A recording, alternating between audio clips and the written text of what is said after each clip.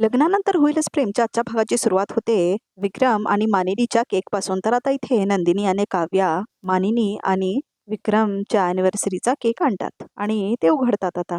तर सगळे बघून खूप खुश होतात आणि टाळा वाजवायला लागतात.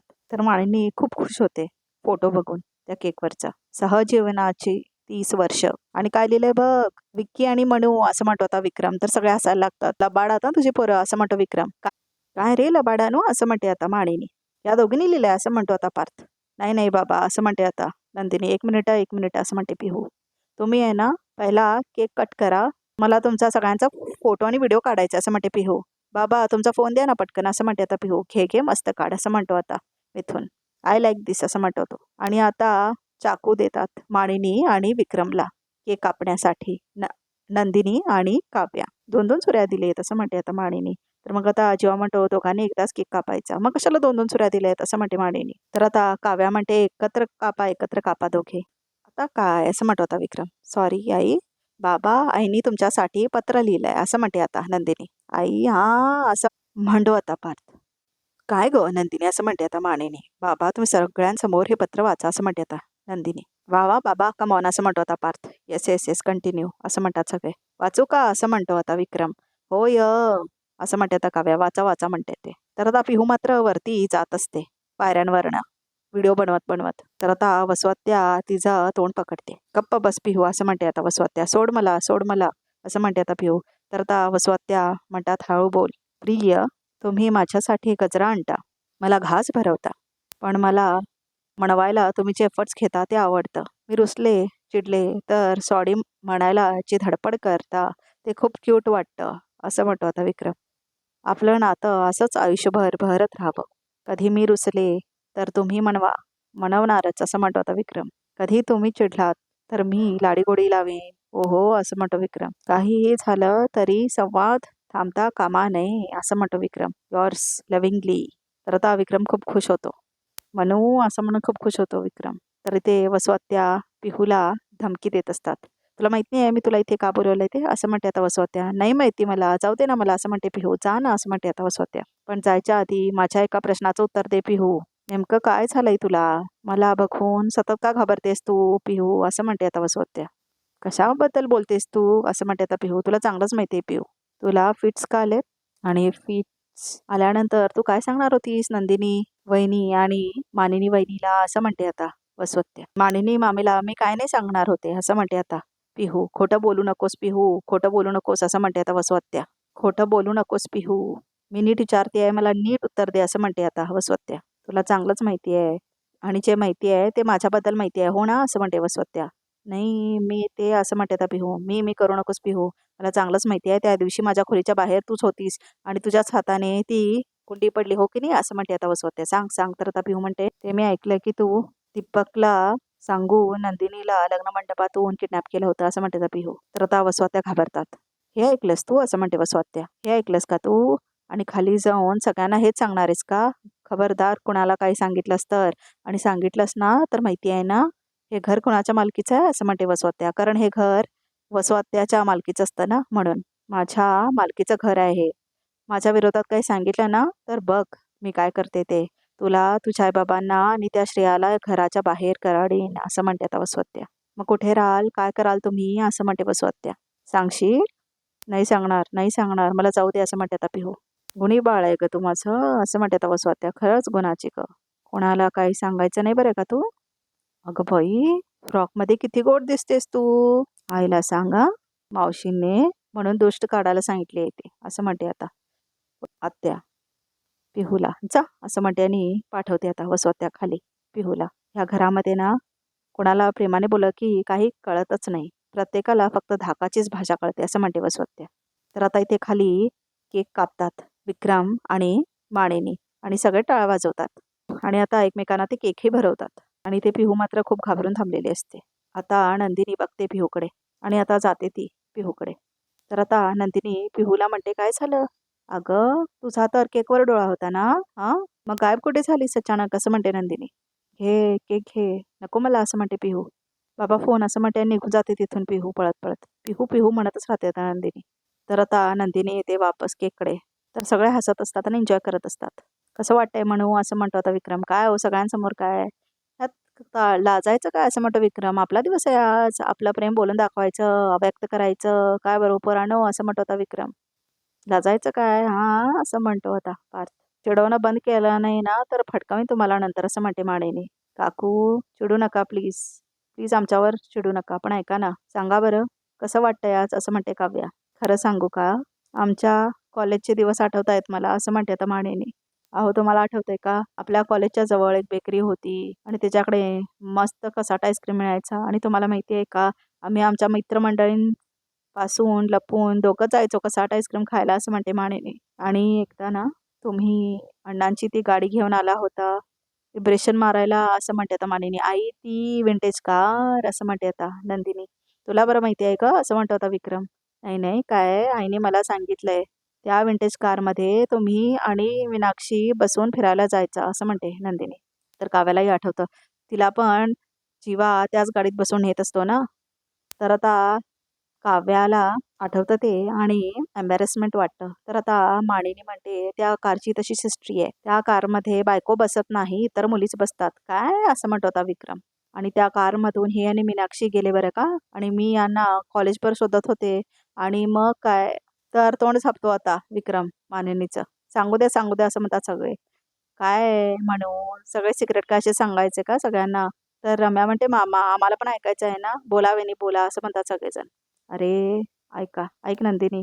तू अॅनिव्हर्सरीच्या दिवशी हे मीनाक्षीचा विषय नको ग काढूस असं म्हणतो विक्रम. अॅनिव्हर्सरीला डिवोर्स घ्यावा लागेल आम्हाला असं म्हणतो होता विक्रम.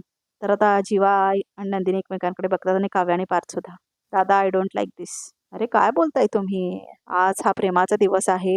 वर्षा अमृताचा दिवस आहे. कुठे डिवोर्सच्या गोष्टी करताय? खरं तर एकमेकांविषयी प्रेमाचे शब्द बोला. लाईक दिस असं म्हणतो आता मिथुन. करेक्ट बोललात काका असं म्हणतो आता रम्या. तुमचं रिलेशन कसं ग्रो झालंय सगळं आम्हाला ऐकायचं आहे. प्लीज बोला ना तुम्ही दोघं असं म्हणतो या ते रम्या.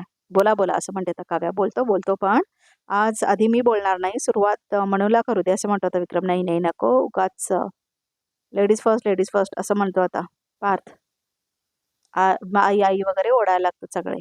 तर सगळे बसतात खाली आणि मानेने मात्र सेंटर स्टेजमध्ये थांबून सांगत असते सगळ्यांना. खूप छान वाटतंय मला. ही सगळी आपली माणसं, हवीशी वाटणारी माणसं, आपण सगळे असे एकत्र बसलोय.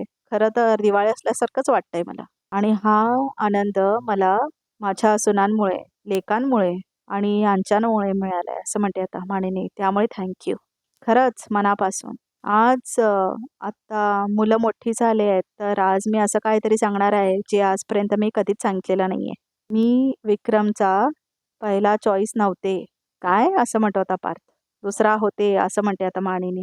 हां, असं म्हणतो जीवा. खरंच असं म्हणते मानिनी. पण मला असं इतक्या दिवसांनी सांगावंसं वाटतंय, की कधी-कधी आपल्या आयुष्यात असं पहिला डाव हुकतो ना, पहिला प्रेमासारखा किंवा पहिल्या पावसासारखा असं म्हणते आता मानिनी.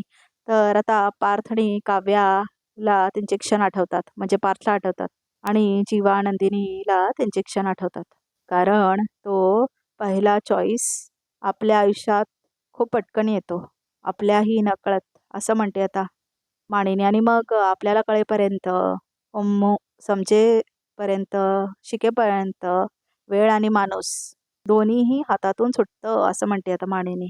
तर त्या डिवोर्स पेपरचं आठवतं जीवा आणि नंदिनीला. तर पार्थ आणि काव्याला पण त्यांच्या डिवोर्सची क्षण आठवतात. आणि मग आपल्याकडे जे राहतं ते गोड शहाणपण असं म्हणते आता मानिनी. आणि त्या शहाणपणाच्या उजेडाखाली मग आपल्याला दुसरं माणूस भेटतं असं म्हणते मानिनी. आणि हे दुसरं माणूस आपल्या आयुष्यातलं पहिलं माणूस असू नये हा बहुतेक देवाचाच प्लॅन असतो असं म्हणते मानिनी. तर आता आठवतं कसं पार्थ पकडलेला असतो काव्याला आणि कसं जीवाला त्या गुरुजींनी नंदिनीचा नवरा समजून लावलेला असतो आणि तुमचा संसार सुखाचा होऊ दे म्हणलेलं असतं. ते सगळं आठवतं त्यांना आता. नवरा मुलगा मी नाही आहे असं म्हटलेला असतो तो. तर ती बाई म्हणलेली असते हे तुझं आहे आता. तर हे सगळं आठवतं आता ते सगळ्यांना. आणि आता जीवा आणि नंदिनी एकमेकांकडे बघतात. आणि मग अनेकदा ह्या दुसऱ्या माणसाला आपण अगदी पहिल्यांदाच भेटतोय असे भेटतो, त्याला जाणून घेतो, ओळखायला लागतो आणि मग सुरू होते ती खरी लव्ह स्टोरी असं म्हणते मानिनी.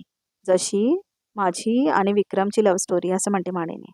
आणि मला तर असं वाटतं लव्ह स्टोरीत ना प्रेम हे कधीच 50-50 नसतं. म्हणजे ते तसं नसावंच. प्रेम हे नेहमी 60-40 असावं आणि असतं असं म्हणते मानिनी. एकाचं थोडं जास्त असतं असं म्हणते मानिनी. आमच्या बाबतीत 60% प्रेम विक्रमचं आहे. त्याने माझ्यावर केलंय. ह्यांचं माझ्यावर प्रचंड प्रेम होतं आहे आणि राहील. माझं प्रेम जे होतं ते 40%. पण विश्वास मात्र होता तो 100% असं म्हणते मानिनी. विक्रम माझेच आहेत आणि माझेच राहतील हा विश्वास असं म्हणते मानिनी.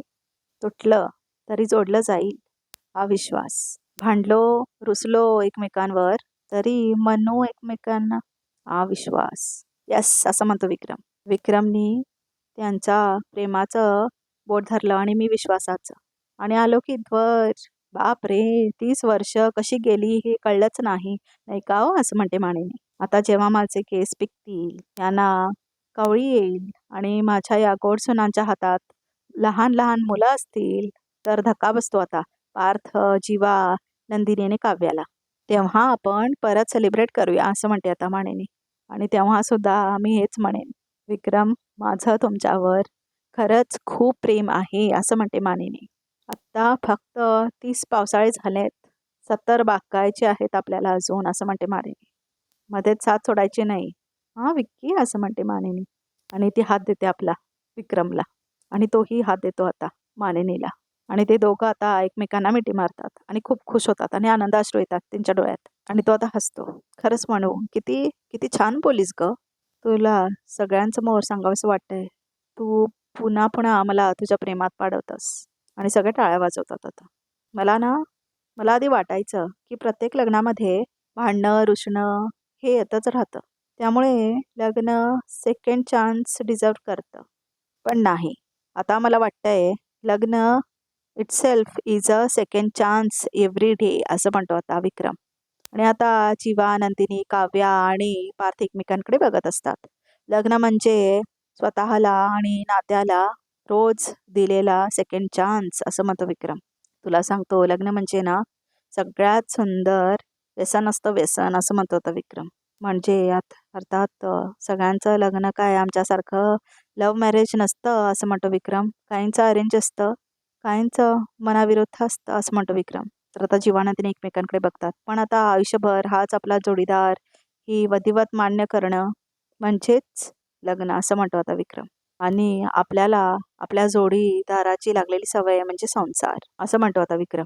मला खरं तर लग्नापेक्षा संसारात जास्त आवडतो कारण त्यातच मस्त मज्जा असते. एकदा का आपल्याला माणसाचं व्यसन लागलं ना तर जगाच्या पाठीवर तुम्ही कुठेही असा तो माणूस तुम्हाला सतत आठवत राहणार.